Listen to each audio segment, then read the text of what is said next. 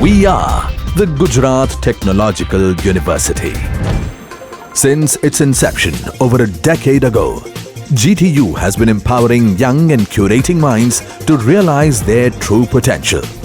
Over 4 lakh inspired students are enrolled with one of the premier academic universities in India. With more than 450 affiliated colleges in its fold operating across 5 zones of the state, GTU, the International Innovative University, your place to move forward.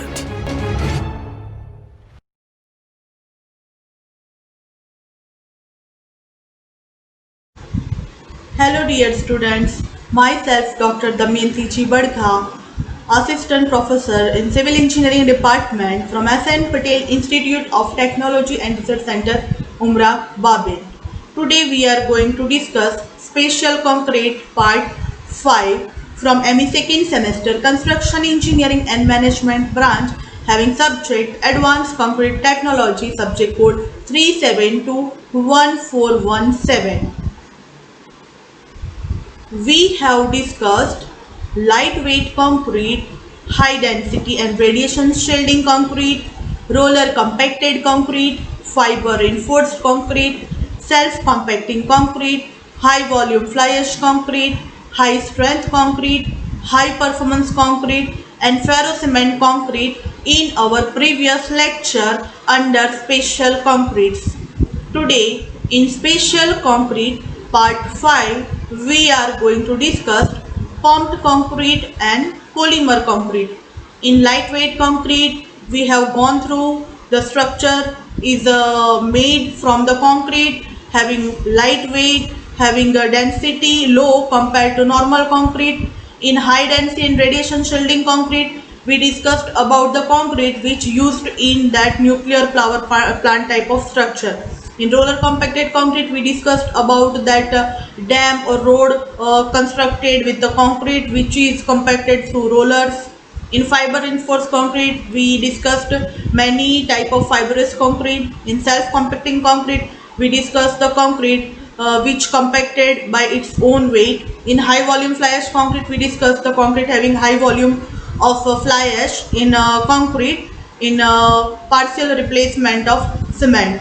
In high strength concrete we discussed about the strength of concrete having a higher strength compared to normal concrete. In high performance concrete we have discussed the concrete performance is very good in its rheological properties compared to normal concrete. In ferro cement concrete we discussed that meshish type of congested element is there and in that cases we are using cement paste or cement mortar type of things as a concrete. So now in pumped concrete and polymer concrete, we are going to discuss the applications and its technical data. So here in pumped concrete, I have put one image from this source. You can see that persons are working with the concrete which is coming from pump. Okay. So through that image, you are able to understand that it's a pumped concrete and it's having a good fresh properties and easy to handle as well easy to work with that concrete that you can easily understand because as per high performance concrete here that labor are less as well congested that reinforcement is there and that concrete is coming from pipe means it's having good workability. So if we'll discuss as per your syllabus and as per your exam point of view, so as per that, a concrete which can be pushed through a pipeline is called a pumpable concrete. It is made in such a manner that its friction at the inner wall of the pipeline does not become very high and that it does not wage while flowing through the pipeline. A clear understanding of what happens to concrete when it is pumped through pipeline is fundamental to any study of concrete pumping. Pumpable concrete emerging from a pipeline flows in the form of a plug which is separated from the pipe wall by thin lubricating layer consisting of cement paste. The water in the paste is hydraulically linked with the interparticle water layer in the plug. Here in that figure you can see concrete flow under pressure. That figure is for pumped concrete. In that you can see the concrete flow under pressure. Here you can see dragged in this direction, pressure is applied in this direction. So pressure P is in this direction, and opposite to pressure resistance R is generated over here. Okay, then velocity V in the same direction of pressure, right? Because pressure is there, so definitely velocity will be in that direction. Here you just observe on the that red laser which I am showing over here, and the resistance and dragged in the same direction, pressure P, velocity V is in same direction. You can see here in that figure water and fines act as a lubricant in that case, so concrete can easily pump. Here you can see that particles, concrete moves as a plunge. You can see over here that concrete moves as a plunge. That is the pipe. So from that figure you can easily understand that concrete flow under pressure. For continuous plug movement, the pressure generated by the flow resistance must be greater than the pump pressure rating.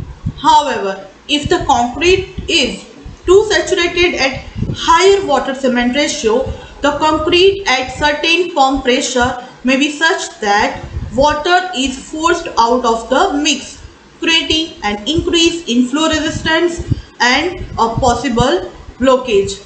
Figure illustrates such a condition, which we will see in next slide. In other words, a very stiff concrete is not pumpable, and also a concrete with high water cement ratio is also not pumpable. It is interesting to note that if a concrete is pumpable, it is implied that it is really a very good concrete. Here, as per our previous discussion and our previous figure, you can see here that here high frictional resistance is there. Okay, and migration of mixed water is there. Why? Because you can't see lubricant over here. In our previous slide you just try to focus over here. In that part water and fines act as a lubricant. Okay, so easy movement of that concrete under pressure through pipe. Okay, but here in this case there isn't any lubricant. Okay, so here what is happening, particle interlocking will be there and migration of mixed water will be there. Okay, so if we'll consider about the design consideration for pumpable concrete, then the mix is proportioned in a such a way that it is able to bind all the constituent material together under pressure from the pump and thereby avoiding segregation and bleeding. Okay, this is the defect in concrete, but here you have to focus. The mix is proportional in such a way that it is able to bind all the constituent materials together under pressure from the pump and thereby avoiding segregation and bleeding. The mix must also facilitate the radial movement of sufficient grout to maintain the lubricating film initially placed on the pipeline wall. The mix should also be able to deform while flowing through vents. To achieve this, the proportion of fines like cement and fine particles below 0.25 mm size means we can say that particles below 300 micron approximate is of prime importance in pump concrete. The quantities of fine particles between 350 to 400 kg per meter cube are considered necessary for pumpable concrete. The above quantities are not only found necessary for maintaining the lubricating film, but it is also important for quality and workability and to cover individual crane in pump concrete. There are two main reasons why blockages occur and that the plunge of concrete will not move. So these both the reasons are water is being forced out of the mix, creating bleeding and blockage by jamming, or there is too much frictional resistance due to the nature of the ingredient of the mix in concrete. Here under design consideration for pumpable concrete, you can see the figure.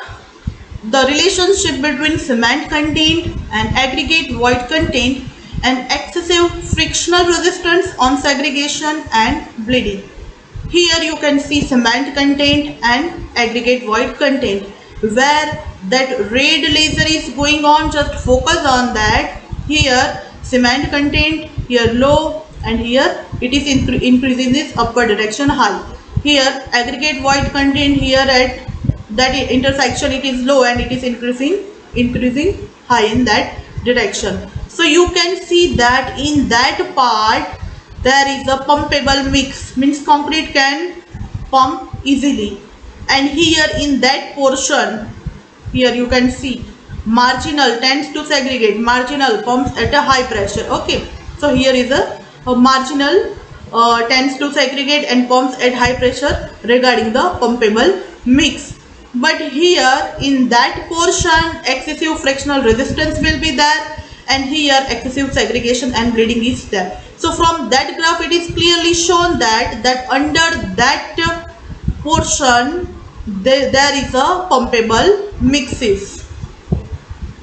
So while it is important to maintain good grading and low void content, it is not always possible to design pumpable mix around ideal aggregate.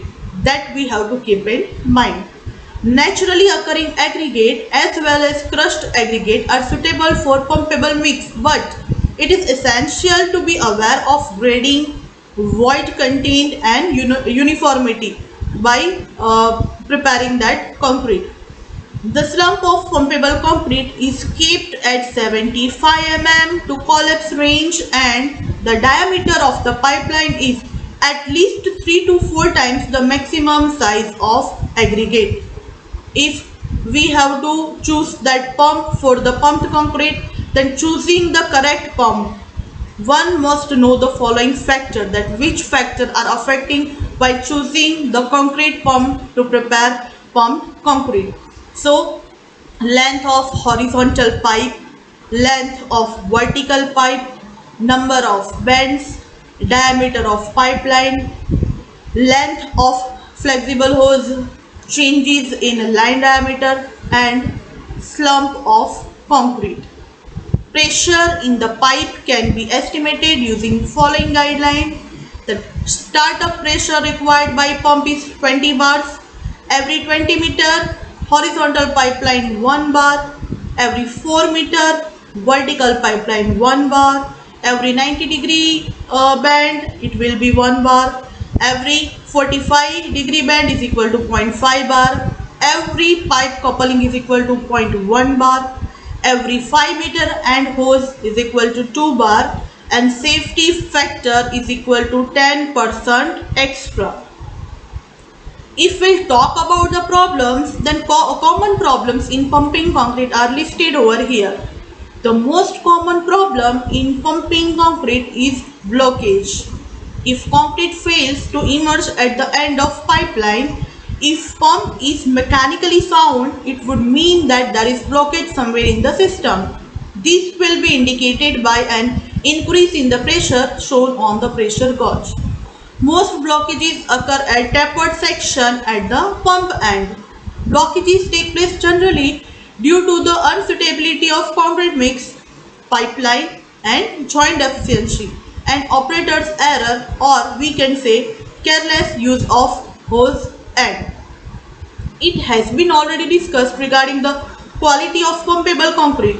A concrete of right consistency which forms a concrete plug surrounded by lubricating slurry formed inside the wall of pipeline with right amount of water, well proportioned, homogeneously mixed concrete can only be pumped. It can be rightly said that a pumpable concrete is a really very good concrete, that we discussed in previous slide also. Sometimes high temperature, use of admixtures, particularly accelerating admixtures and use of high grade cement may cause blockages.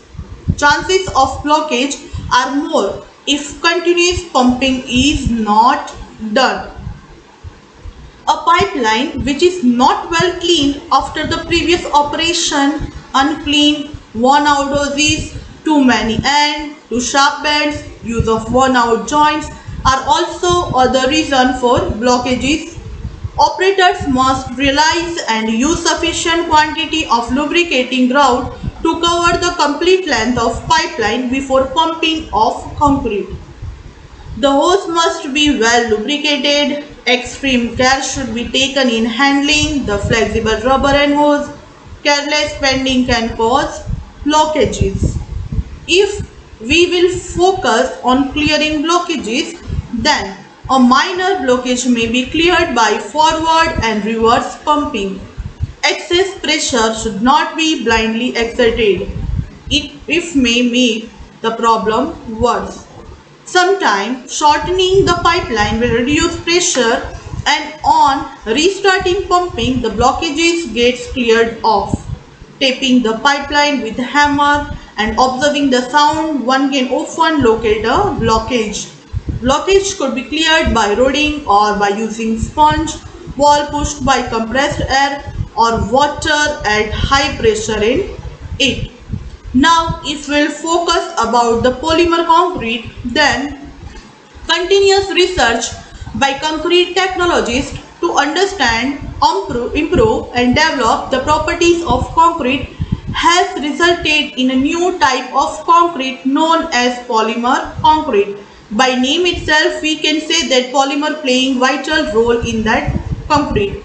The porosity is due to air void, water void, or due to the inherent porosity of gel structure itself. On account of the porosity, the strength of concrete is naturally reduced. That is clearly understood. It is convinced by many research workers that reduction of porosity results in increase of strength of concrete. Therefore, process like vibration, pressure application, spinning, etc. have been practiced mainly to reduce porosity, as it's a main concern thing in concrete manufacturing. All these methods have been found to be helpful to a great extent, but none of these methods could really help to reduce the water void and the inherent porosity of gel, which estimated to be about 28%. The impregnation of monomer and subsequent polymerization is the latest technique adopted to reduce the inherent porosity of concrete, to improve the strength and the other properties of concrete while manufacturing of concrete. The development of concrete polymer composite material is directed at producing a new material by combining the ancient technology of cement concrete with the modern technology of polymer chemistry. We can say that chemistry is playing important role to produce polymer concrete. So there are few types of polymer concrete. Polymer concrete, small name PC, polymer cement concrete PCC, polymer impregnated concrete PIC, partially impregnated and surface coated polymer concrete. So, if we'll talk about the polymer concrete, then the development of concrete polymer composite material is directed at producing a new material by combining the ancient technology of cement concrete with the modern technology of polymer chemistry. I clearly tell you that there is a chemistry playing important role in polymer concrete. Polymer concrete is an aggregate bound with the polymer binder instead of Portland cement as in conventional concrete. The main technique in producing polymer concrete is to minimize void volume in the aggregate mass so as to reduce the quantity of polymer needed for binding the aggregate. This is achieved by properly grading and mixing the aggregates to attain the maximum density and minimum void volume. The graded aggregates are pre-packed and vibrated in a mold. Monomer is then diffused up through the aggregates and polymerization is initiated by radiation or chemical means. A saline coupling agent is added to the monomer to improve the bond strength between the polymer and the aggregate. In case polyester resins are used, no polymerization is required. An important reason for the development of this material is the advantage it offers over conventional concrete, where the alkaline Portland cement on curing forms internal voids. Water can be entrapped in this void, which on freezing can readily crack the concrete. Also, the alkaline Portland cement is easily attacked by chemically aggressive materials, which results in rapid deterioration, whereas polymer can be made compact with minimum void and are hydrophobic and resistant to chemical attack. The strength obtained with polymer concrete can be as high as 140 megapascal with a short curing period. Please focus on this line. The strength obtained with polymer concrete can be as high as 140 megapascal with a short curing period. However, such polymer concrete tend to be brittle, and it is reported that dispersion of fiber reinforcement would improve the toughness and tensile strength of the material. The use of fibrous polyester concrete FPC in the compressive region of reinforced concrete beam provides a high strength ductile concrete as reasonable cost. Also, polyester concrete are viscoelastic in nature and will fail under sustained compressive loading at stress level greater than 50% of the ultimate strength. Therefore, polyester concrete should be considered for structure with a high ratio of live load to dead load, and for composite structure in which the polymer concrete may relax during long-term loading. Experiments conducted on FPC composite beam have indicated that they are performance effective when compared to reinforced concrete beam of equal steel reinforcement percentage. Such beam utilize steel in the region of high tensile stress. Fibrous polyester concrete means FPC with its favorable compressive behavior in the regions of high compressive stress, and Portland cement concrete in the regions of relatively low flexural stress. Now we will talk about polymer cement concrete PCC. So polymer cement concrete is made by mixing cement, aggregate, water and monomer. Such plastic mixture is cast in mold, cured, dried and polymerized. The monomers that are used in PCC are polyester styrene, epoxy styrene, furnace, vinylidene chloride.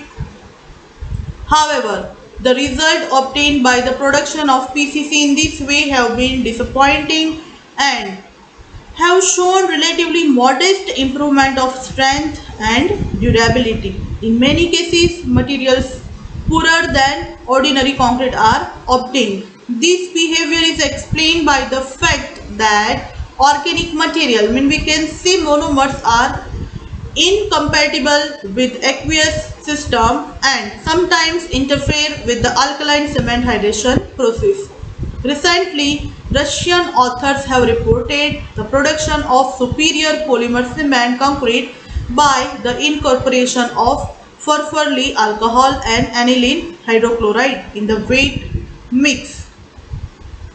This material is claimed to be specially dense and non-shrinking and to have high corrosion resistance, low permeability and high resistance to vibration and axial extension.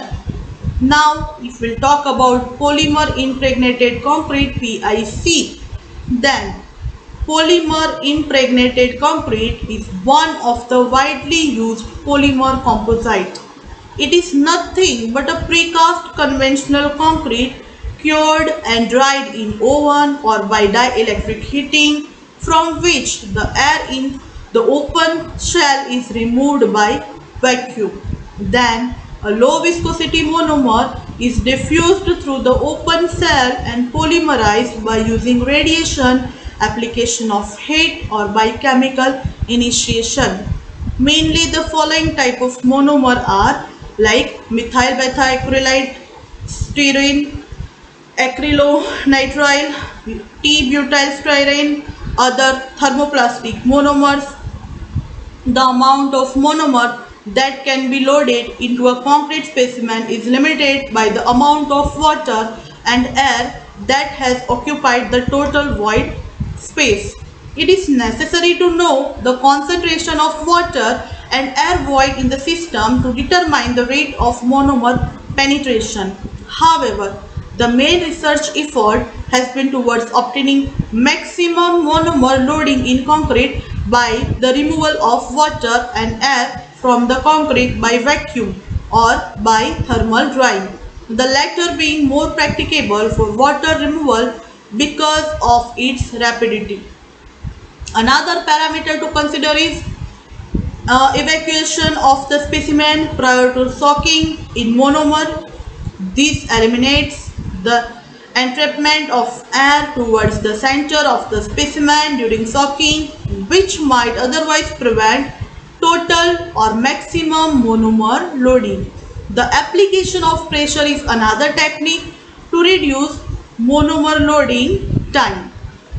Now, if we'll talk about partially impregnated and surface coated concrete, then in partial impregnation may be sufficient in situations where the major requirement is surface resistance against chemical and mechanical attack in addition to strength increase. Even with only partial impregnation, significant increase in the strength of original concrete has been obtained.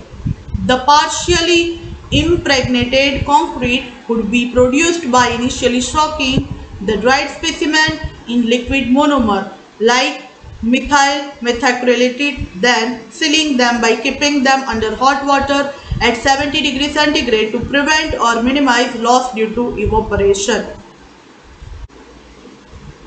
The polymerization can be done by using thermal catalytic method in which 3% by weight of benzyl peroxide is added to the monomer as a catalyst.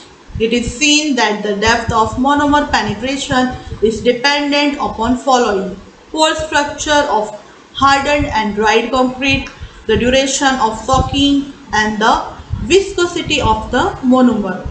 The potential application of polymer impregnated concrete surface treatment is in improving the durability of concrete breach deck. Breach deck deterioration is a serious problem everywhere, particularly due to abrasive wear, freeze-thaw deterioration, spalling, and corrosion of reinforcement. Excellent penetration has been achieved by ponding the monomer on the concrete surface. Due care should be taken to prevent evaporation of monomer when ponded on concrete surface. Significant increases in the tensile and compressive strength, modulus of elasticity, and resistance to acid attack have been achieved.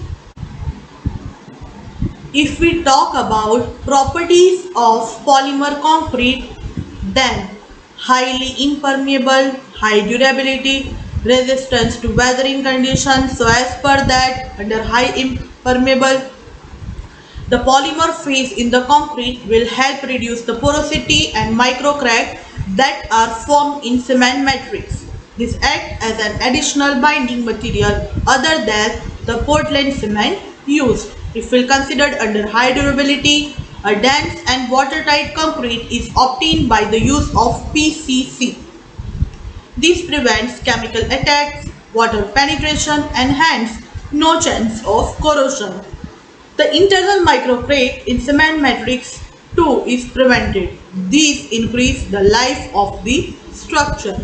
Resistance to weathering conditions, under that the PCC structure being impermeable, they are less affected by the changing weather condition. Breach deck covering, the use of PCC help to provide highly impermeable and watertight surface that will prevent the increase of moisture and chloride. thus avoiding reinforcement corrosion, spalling and microcrack. If we'll talk about floor construction, increased chemical resistance properties, high physical and mechanical properties make it best choice for industrial floor construction. These are also used in pavement construction where the area is subjected to heavy traffic. Precast construction. Good workability and heat curing characteristics demand it for precast operations. PCC units with a less water remains ratio can be obtained. Used as patching compound. PCC can be used for patching and repair work of ordinary Portland cement concrete. These increase the strength and life of existing structure. PCC must be applied only after the removal of old material. So dear students, under our special concrete part 5, today we have covered all the concrete which are mentioned in your syllabus. As per your end semester exam and as per your syllabus, as we covered all the concrete, whatever I want to convey to you that I have clearly written in this PPT. So you can read also, you can watch this video again and again, or you can read this PPT again and again to make it remember for your exam point of view. So our lecture is complete today. You can prepare well for your exam from this all the lectures. Till that, stay safe, take care, all the very best and study well.